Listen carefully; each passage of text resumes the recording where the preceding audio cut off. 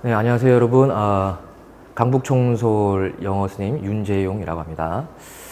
이 시간에 일단은 수능 영어에 있어서 구문 학습, 어법 학습에 있어서 가장 기본적이고 가장 중요한 하나, 그리고 수능 독해에 있어서 가장 기본이 되는 수능 지문은 이렇게 읽어야 된다.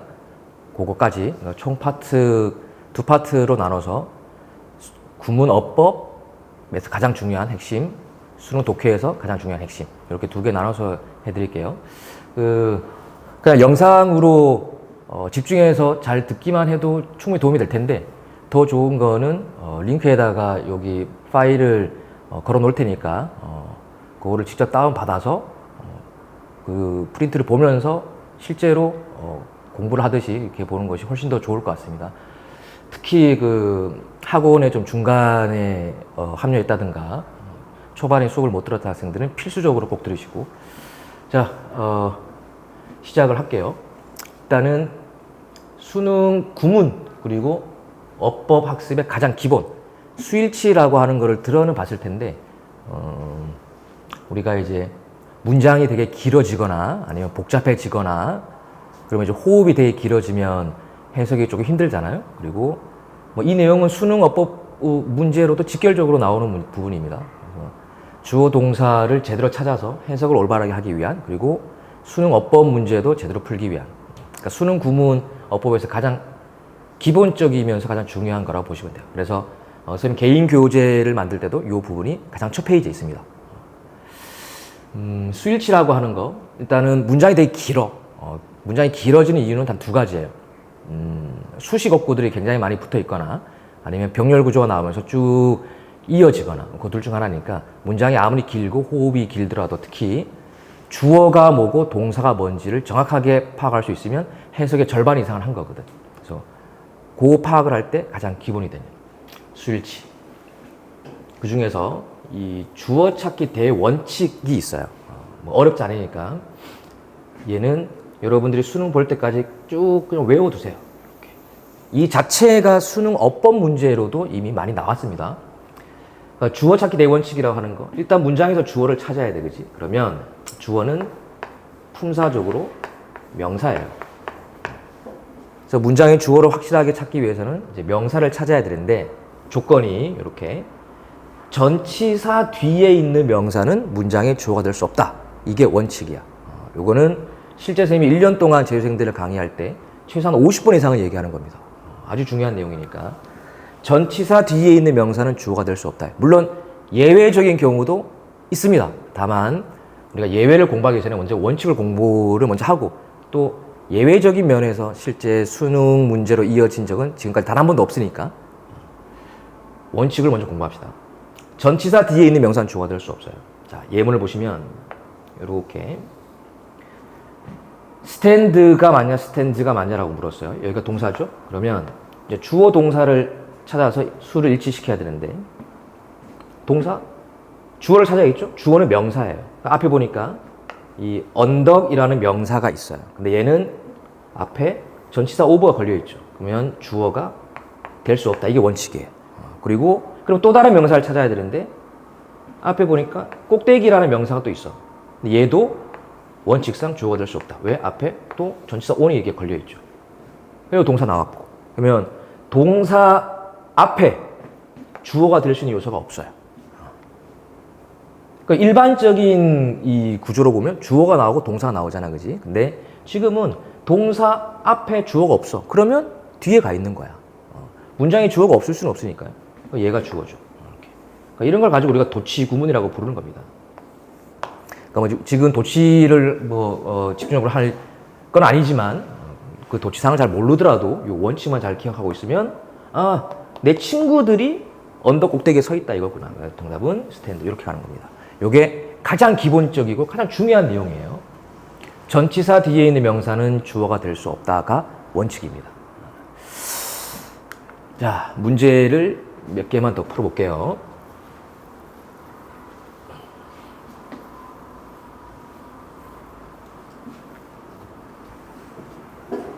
자, 영상을 보는 학생들은 잠깐 포즈해서 잠깐 멈춰서 문제를 한번 풀어보시고 다시 들으시는 게 훨씬 좋습니다. 틀린 부분이 있으면 바르게 찾아서 고치고 틀린 부분이 없는 문장은 그냥 그대로 두는 거예요. 자, 먼저 풀어볼 사람은 잠시 멈춤하고. 자, 요 문제는 실제 수능 문제였고 The perfume of wildflowers fill the air 까지 야생화의 향기가 하늘을 가득 채웁니다 라는 문장인데 여기가 동사 자리지 실제로 얘가 틀렸어요. 이렇게. 왜냐? 주어를 찾아봅시다. wildflowers라고 복수명사 나와 있지만 얘는 앞에 전치사가 걸려있기 때문에 주어가 될 수가 없어. 그러면 주어는 여기 있는 the perfume 얘가 주어죠. 이렇게 맞춰줘야 됩니다. 그래서 단수 형태의 명사가 주어니까 여기는 fills가 돼야 되는 거죠. 이렇게. 이게 원칙이에요. 주어 찾기 대원칙. 전치사 뒤에 있는 명사는 주어가 될 수 없다. 그다음 이 문제도 한번 봅시다. 실제 문제는 여기에서 문제가 나왔거든요. 이렇게 is가 올바르게 쓰인 게 맞냐 아니면 틀렸냐. is가 틀렸다면 여기 are가 돼야 될 텐데 똑같이 한번 해봅시다. 주어를 한번 찾아봐야 돼. 앞에 보니까 콘크리트랑 아스팔트라는 명사가 이렇게 있긴 해요. 콘크리트는 아스팔트 이렇게 있어. 얘는 앞에 또 전치사가 이렇게 붙어 있으니까 주어가 될 수가 없고. 그럼 surrounded가 주어인가? 아, 이거는 되게 기본적인 건데. surrounded는 둘러싸여져 있는 이라는 형용사죠. 주어는 명사예요. 탈락. 그리고 a street tree 가로수. 앞에 전치사 over가 또 붙어 있네. 탈락. 그러면 주어는 the average life가 주어가 될 테니까. 단수 명사가 주어죠. 그러면 여기 is는 올바르게 쓰는 게 맞다. 저 자리에 are가 나오면 안 된다. 이렇게 푸는 겁니다. 난이도를 조금 높여서 조금씩만 더 풀어봅시다.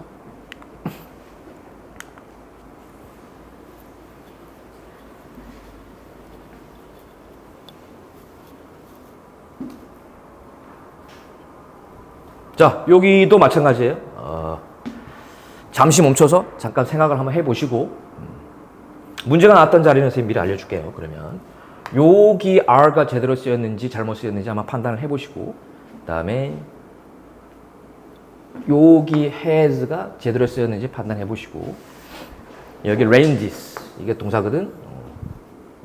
이게 제대로 쓰였는지 판단해봅시다. 먼저 잠깐 멈춰서 생각을 좀 해보시고 자, 풀어봅시다. The number of accidents involving motorcycles are increasing 이라고 나왔어요. 그러면 동사 얘기 나왔어. 전치사 of 뒤에 걸려있는 얘네들은 다 주어가 될 수가 없다. 그지? 모터사이클과 관련된 사고들이 주어가 아니라 사고들의 숫자가 주어죠. 여기가 주어예요. 그러니까 아마 중학교 때 혹은 고등학교 때 뭐 예를 들면 a number of가 또 뭐고 the number of가 뭐고 이렇게 그냥 잘 모르고 그냥 외웠을 텐데 안 외워도 돼요. 그냥 원칙만 잘 기억하고 있으면 돼요. 모터사이클과 관련된 사고들이 아니라 사고들의 숫자가 증가하고 있다. 틀렸죠? 주어가 단수니까요. 그래서 여기는 is가 돼야 되는 겁니다. 이런 식으로 풀어주는 게 맞아요. 이거는 실제로 이런 맥락으로 수능에 직접적으로 나오는 부분이기도 하고 해석할 때도 당연히 중요하고. 그다음 4번 문제에도 보시면 with 전치사 뒤에 있는 increase라는 명사 주어 탈락, in 전치사 뒤에 있는 internet use라는 명사도 주어에서 탈락. 그 다음에 concerns 어떤 걱정, 관심 이렇게 나와 있고 for 전치사 뒤에 붙어있는 온라인 세이프티도 주어에서 탈락. 그러면 남아있는 거는 이밖에 없네요. concerns 얘가 주어죠. 따라서 여기 has는 틀렸다. have가 돼야 된다. 이런 식으로 가는 겁니다. 그 다음 5번 똑같이 봅시다. 전치사 in 뒤에 붙어있는 울트라사운드 이미징 주어가 안 되고 그 다음에 used는 사용되는 이렇게 되는 거죠. 그 다음에 of 전치사 뒤에 있는 사운드 웨이브도 주어가 될 수가 없고 주어는 the frequency 얘가 주어가 되고, 그러면 s가 붙은 게 맞죠? 얘는 동사가 제대로 쓰인 게 맞습니다. 주어, 동사. 예, 어느 정도 감이 잡히시나요? 집중해서 듣기만 해도 아마 뭐 어려운 내용이 아닐 거고, 원칙만 잘 기억하고 있으면 되니까.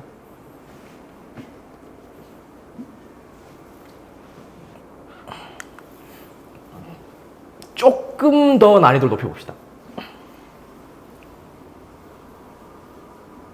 지금 하고 있는 예문들은 뭐 선생님이 따로 만들어낸 예문이 아니고요. 전부 다 수능 교육청 혹은 평가원 다 기출 예문을 다 빼고 온 거예요. 6번과 7번도 마찬가지로 잠시 멈춰놓고 한번 먼저 풀어보시고 확인해 봅시다. 여기는 요 자리가 맞게 쓰였냐 틀리게 쓰였냐라고 물었었고요. 7번 문제는 요 자리에서 문제가 나왔습니다. 자, 풀어봅시다. 그러면 deep below the ground in California and Wyoming is, 여기 동사 is 나왔어요. 주어를 찾아보는데 전치사 in 뒤에 있는 요 지역 이름 주어가 될 수가 없죠. 그 다음에 below 뭐뭐 아래라는 전치사입니다. below가 전치사인지 몰랐는데요. 그거는 뭐 방법이 없어요. 외워야 됩니다. below 뭐뭐 아래에 전치사 뒤에 걸려있는 명사 주어가 될 수 없다. 그러면 deep이 주어다. 안 돼. 이거 이런 deep이 주어다라고 생각한 사람 혹은 below가 뭐지라고 생각한 사람 어휘력이 상당히 약하신 분이니까 먼저 단어부터 열심히 외우시고, deep은 깊숙한이라는 형용사로 쓰이거나 깊숙이라는 부사로 쓰이는 거예요. 명사가 아니에요. 얘는 명사가 아니에요. 자, 동사는 여기 나왔어. 동사 앞에 주어가 될 수 있는 요소가 없습니다. 그러면 우리 아까 봤었던 예문과 또 동일한 패턴으로 뒤에서 봐야 되는 겁니다. 보니까 두 개의 거대하지만 고요한 화산들 이렇게 있네요. 얘가 주어겠네요. 그래서 is가 아니라 are가 돼야 되는 거죠. 이렇게 두 개의 거대하지만 고요한 화산들이 여기 캘리포니아랑 와이오밍 지역 저 땅속 깊숙이 놓여 있다 이런 뜻입니다.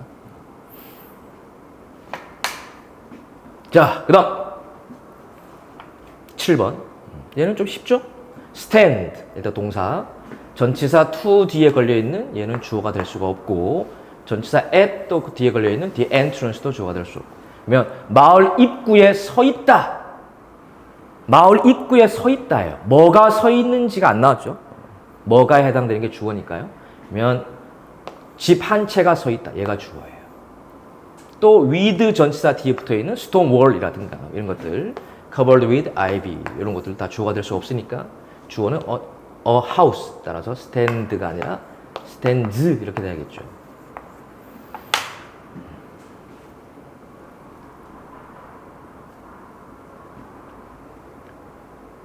어느 정도 이제 감을 잡았을 거라고 생각을 하고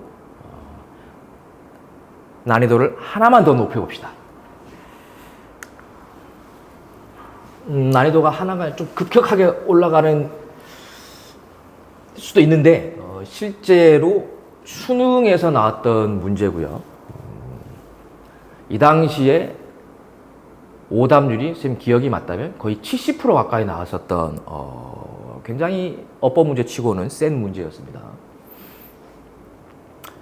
마찬가지로 잠시 멈추고 문제 한번 싹 읽어보고 어디가 답인 것 같다 라고 한번 마음속으로 한번 생각해 보시고,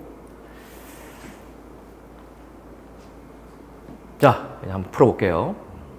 여기 이 문제에서 정답은 1번이었습니다. 그러니까 요 문제를 잘 풀었던 학생들은 답도 맞추고 시간도 굉장히 많이 세이브 됐겠죠. 답이 1번이니까요. 확실하게 알았으면 시간도 굉장히 세이빙 시킬 수 있었을 거고, 근데 이제 실제로 오답률은 상당히 높았어요. 요 문제를 한번 풀어줄게요. 왜 1번인지 요 문장만 따로 쌤이 요렇게 한번 가지고 와봤어요. 요렇게 밑줄 쳐놨었거든. 얘가 틀렸어. 이게 왜 틀렸느냐 한번 볼게. 두 가지로 설명을 할 수 있는데 좀 간단하게도 설명을 하고 조금 더 디테일하게도 설명을 좀 해줄게요. 여기 앞에 보면 on 위치가 이렇게 붙어 있어. 그러면 일단 이 정도는 생각했다. on 위치는 뒤에 문장 구조가 완전한 구조가 나와야 되는데 이상하다? 이렇게 느꼈으면 그래도 조금은 공부하는 학생. 그것도 잘 못 느꼈다? 그럼 일단은 간단하게 먼저 풀어줄게요. on 위치예요. 위치는 관계대명사지. 그럼 가만히 생각해 봐봐. 관계대명사.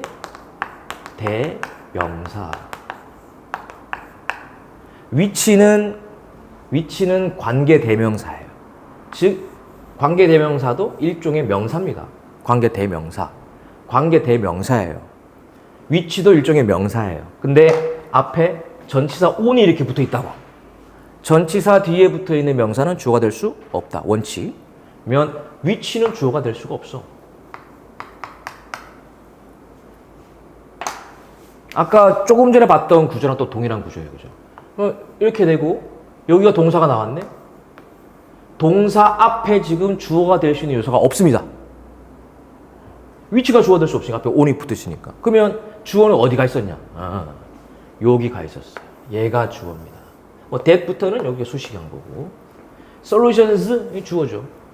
가능한 기술적 해결책들 이게 주어였기 때문에 동사는 was placed가 아니라 were placed가 돼야 돼요. 이렇게. 수일치 문제였죠.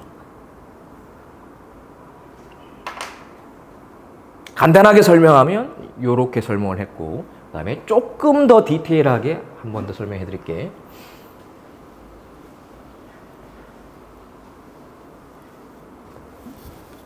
자, 다시 on 위치 이렇게 봅시다. 위치는 관계대명사. 관계대명사면 선행사라는 게 있어야 돼요. 그죠? 선행사를 한번 찾아볼까? 앞에 보니까 small group of engineers 이렇게 명사 나와 있는데 작은 집단의 공학자들. 근데 얘가 선행사는 아닐 거야. 왜냐하면 위치가 나왔으니까. 얘가 선행사였으면 여기 whom이 나왔겠죠. 사람이니까. 위치예요. 그러면 선행사는 얘가 아니고 그 더 앞에 있었던 요놈이 선행사예요. 좀 비유적인 의미로 기술적 선반이라는 뜻의 얘가 선행사예요. 그러면 이런 관계가 있거든. 우리가 이제 의미상 혹은 해석상 보면 요건 이제 관계대명사까지도 들어가야 되는데 일단 기본적인 거니까 알아둡시다. 실제로 관계대명사 이퀄 선행사예요. 이렇게. 관계대명사가 곧 선행사예요. 그러면 여기가 선행사란 말이야. 이런 말 처음 들어본다? 간단하게만 예문 들어줄게. 아주 쉬운 예로만.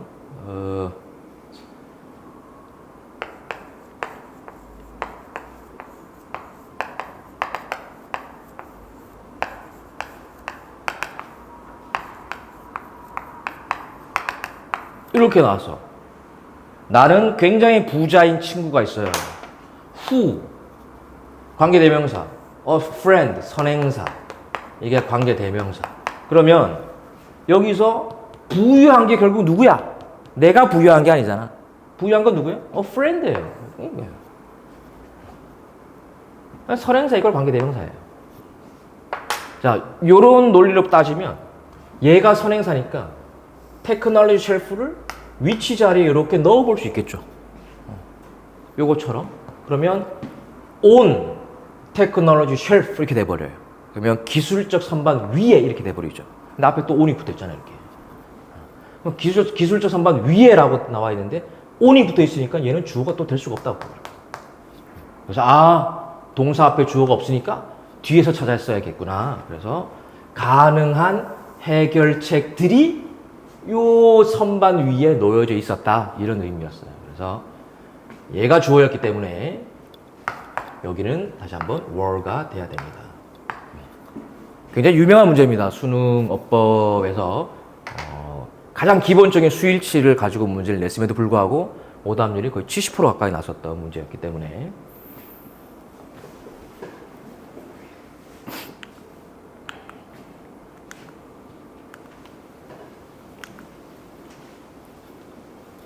자, 여기까지가 수능 어법 구문 어법에 있어서 가장 기본적인 그리고 가장 중요한, 어렵지 않지만 가장 중요한, 지금처럼 수능에 직접적으로 문제화도 많이 되고요.